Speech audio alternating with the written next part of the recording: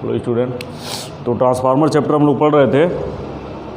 तो अब तक हमने कंस्ट्रक्शन के बारे में पढ़ा है, कितने टाइप्स ऑफ ट्रांसफार्मर होते हैं ये पढ़ा है, मतलब विशेष तरह के ट्रांसफार्मर हैं, फिर उसके मतलब उसमें क्या क्या डिवाइसेज हैं उसकी, और फिर ट्रांसफार्मर की जो सेफ्टी डिवाइसेज हैं उसके बारे में हमने पढ़ा है, बिल्कुल रिले हुआ और भी चीज़ें हैं। तो अब हम पढ़ेंगे इसमें आगे कि बाइंडिंग में जो मटेरियल यूज़ किया जाता है वो किसका होता है। तो इसमें बाइंडिंग में जो मटेरियल यूज़ किया जाता है मुख्य रूप से दो प्रकार का होता है। इसमें कॉपर होता है, एल्युमिनियम होता है। तो कंडक्टर ही प्रयोग किया जाएगा।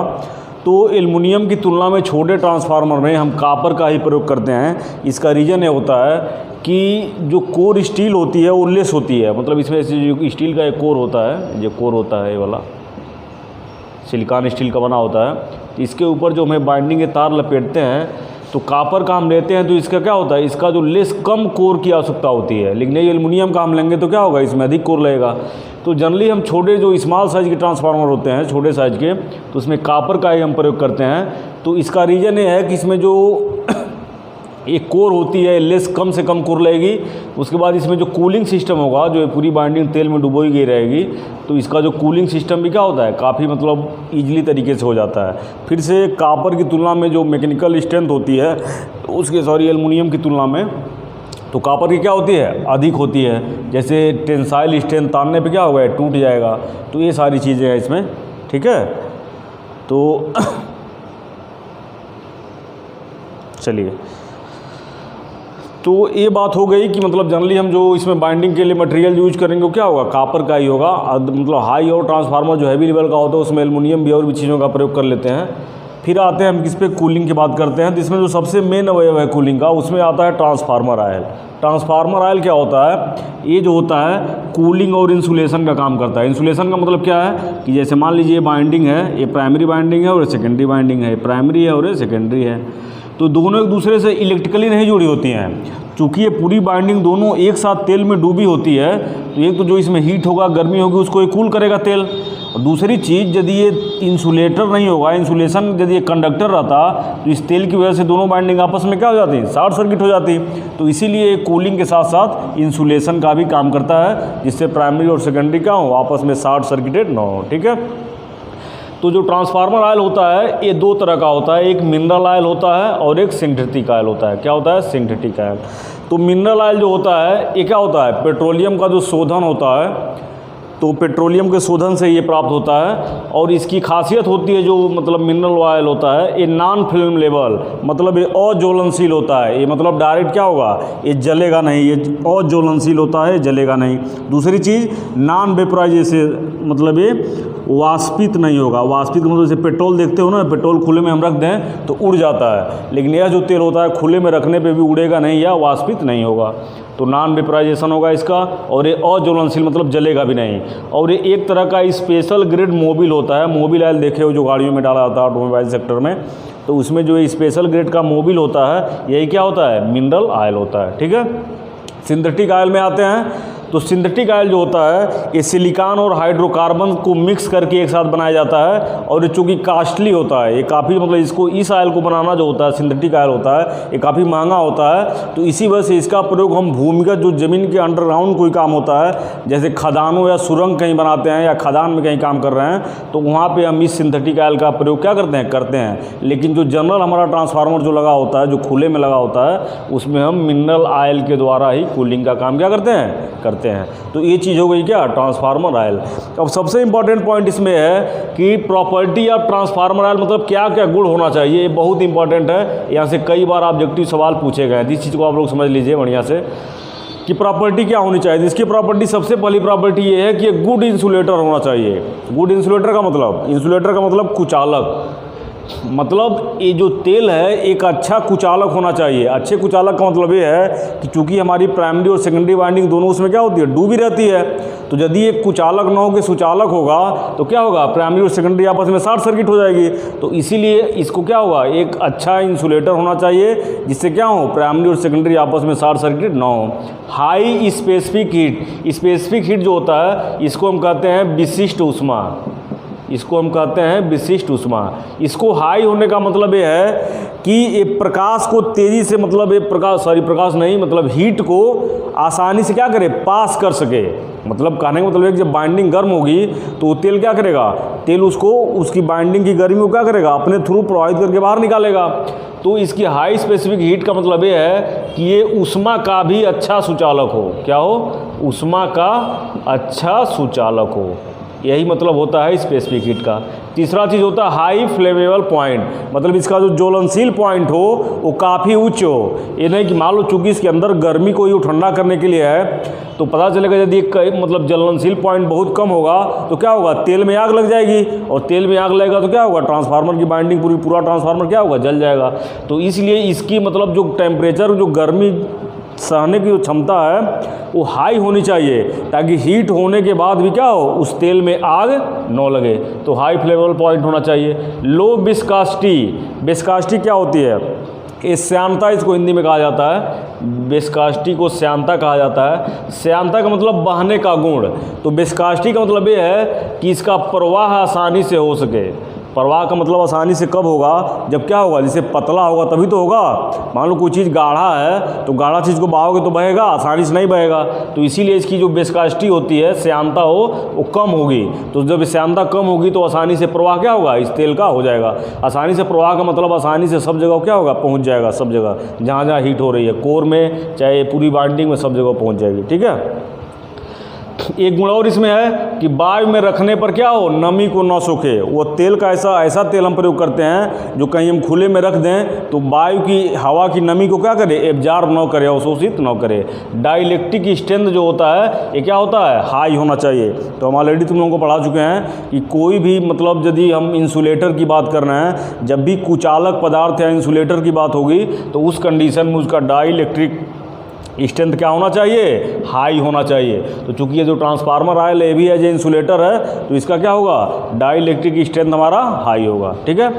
अब हम ट्रांसफार्मर तेल जो यूज करते हैं उसकी टेस्टिंग करते हैं। तो टेस्टिंग करने से पहले क्या करेंगे, जब भी हम टेस्टिंग करेंगे तो टेस्टिंग के द्वारा ही हम जानेंगे कि जो ट्रांसफार्मर आयल हमारा है ये क्या है, ये सही रूप में मतलब खरा उतरेगा कि नहीं अपने कार्य पे।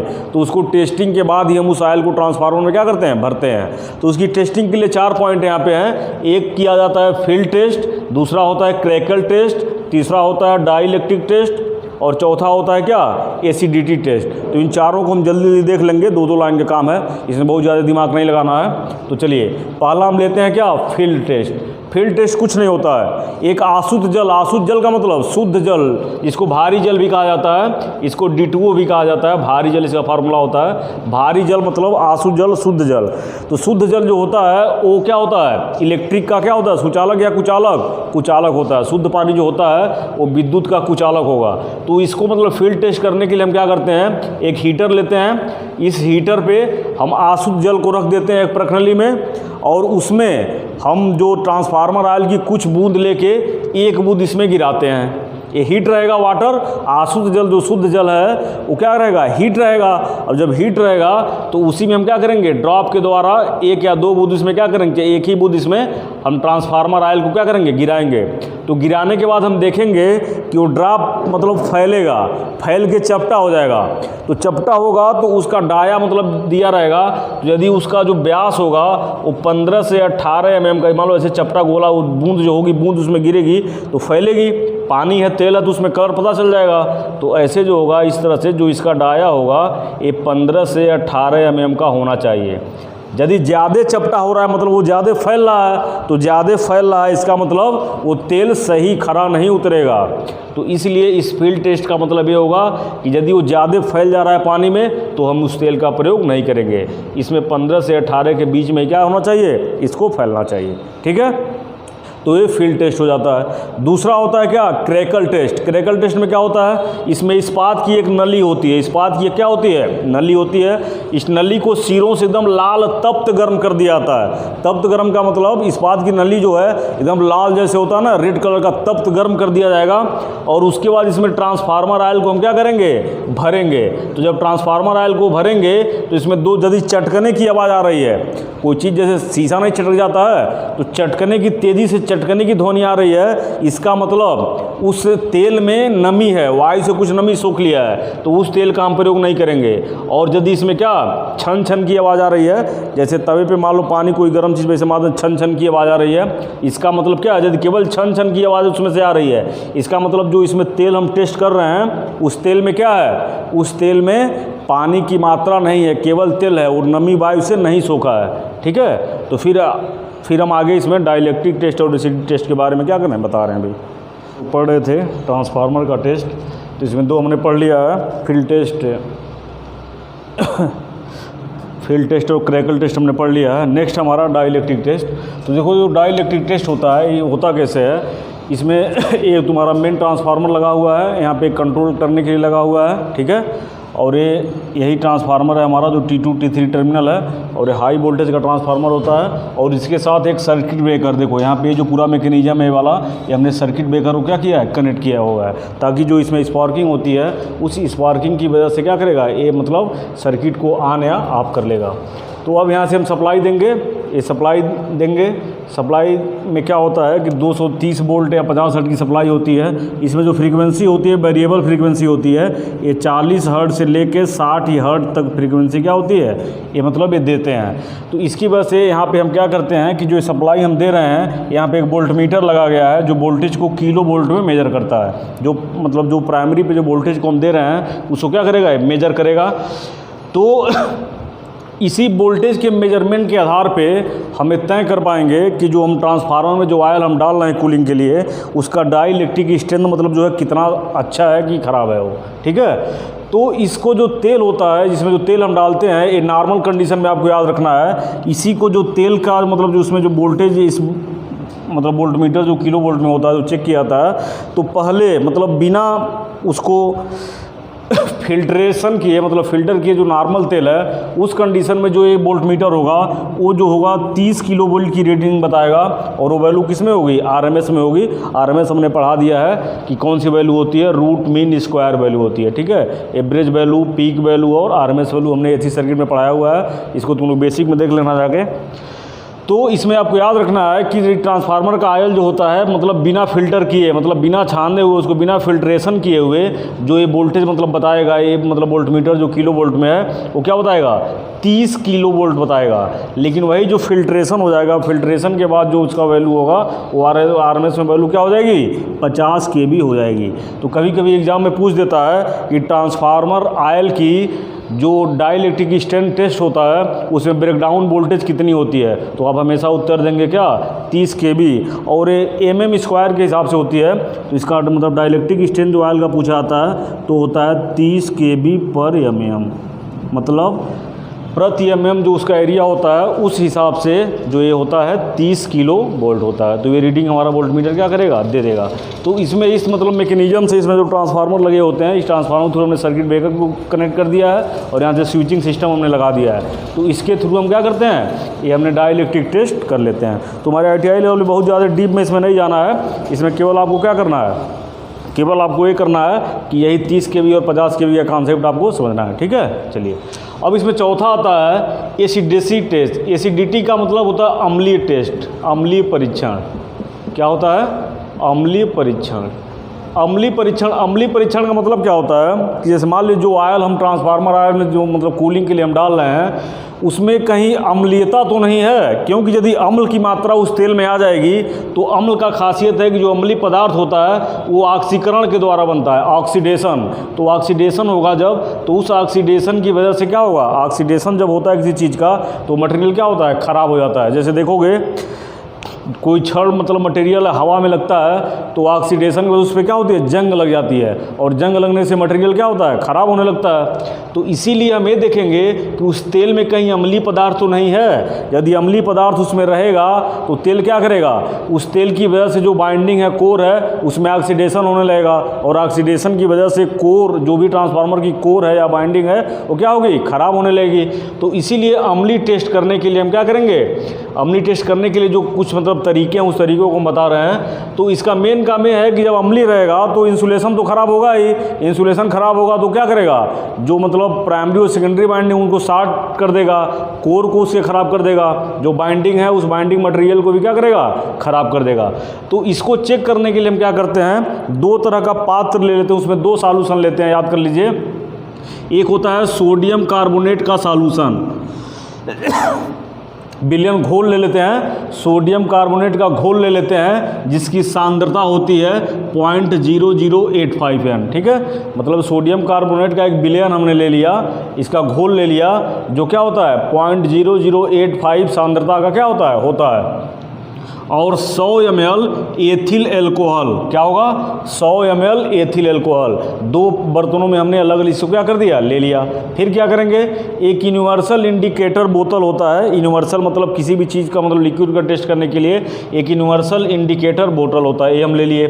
फिर 4 ग्लास इसमें क्या करेंगे, टेस्ट ट्यूब ले लेंगे, मतलब ग्लास की 4 प्रखनली होती है उसको ले लेंगे, और ये 3 ग्रेजुएटेड ड्रॉपर जिसे ड्रॉप द्वारा इसे करते हैं, और एक कलर चार्ट हमारे पास होगा जिससे हम कलर के द्वारा जानेंगे कि जो हमारा ट्रांसफार्मर आयल जिसकी हम टेस्टिंग कर रहे हैं उसका कौन सा कलर आने पे कितनी अम्लता या एसिडिटी होगी, ठीक है।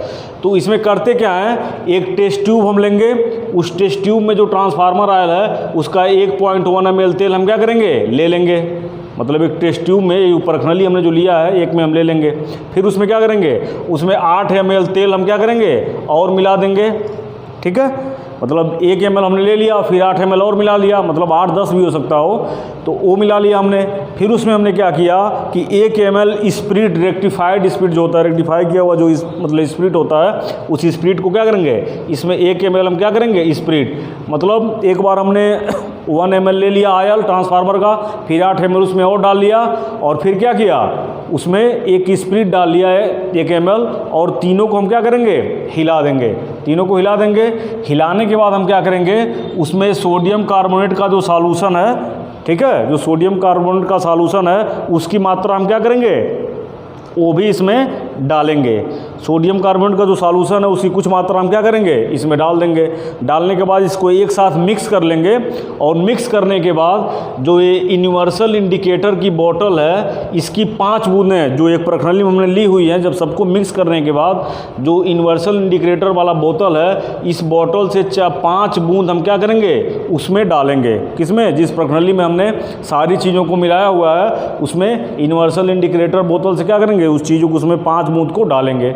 डालने के बाद क्या होगा, उसका कलर डिफरेंट टाइप का आएगा। अब उस कलर को हम क्या करेंगे, जो हमारे पास कलर चार्ट होगा उससे वेरीफाई करेंगे। तो देखिए, यदि कोई एसिडिटी 0 है तो तेल कैसा होगा, उसका ब्लैक कलर का आएगा। यदि हरा हो जा रहा है तो 0.2 होगा, यदि पीला हो रहा है तो 0.5 होगा, और यदि ऑरेंज जो संतरी कलर का हो रहा है तो क्या होगा, 1 होगा। तो इस हिसाब से हम देख रहे हैं कि एसिडिटी बिल्कुल नहीं है। यदि टेस्ट करने पे ब्लैक कलर आ रहा है तो क्या माना जाएगा, वो सबसे सुपर मतलब सबसे शुद्ध आयल माना जाएगा ट्रांसफार्मर का। तो इस कलर के हिसाब से क्या करेंगे, हम चेक कर लेंगे कि ट्रांसफार्मर आयल क्या है हमारा, वो शुद्ध है, उसमें एसिडिटी है कि नहीं है, ठीक है। ओके।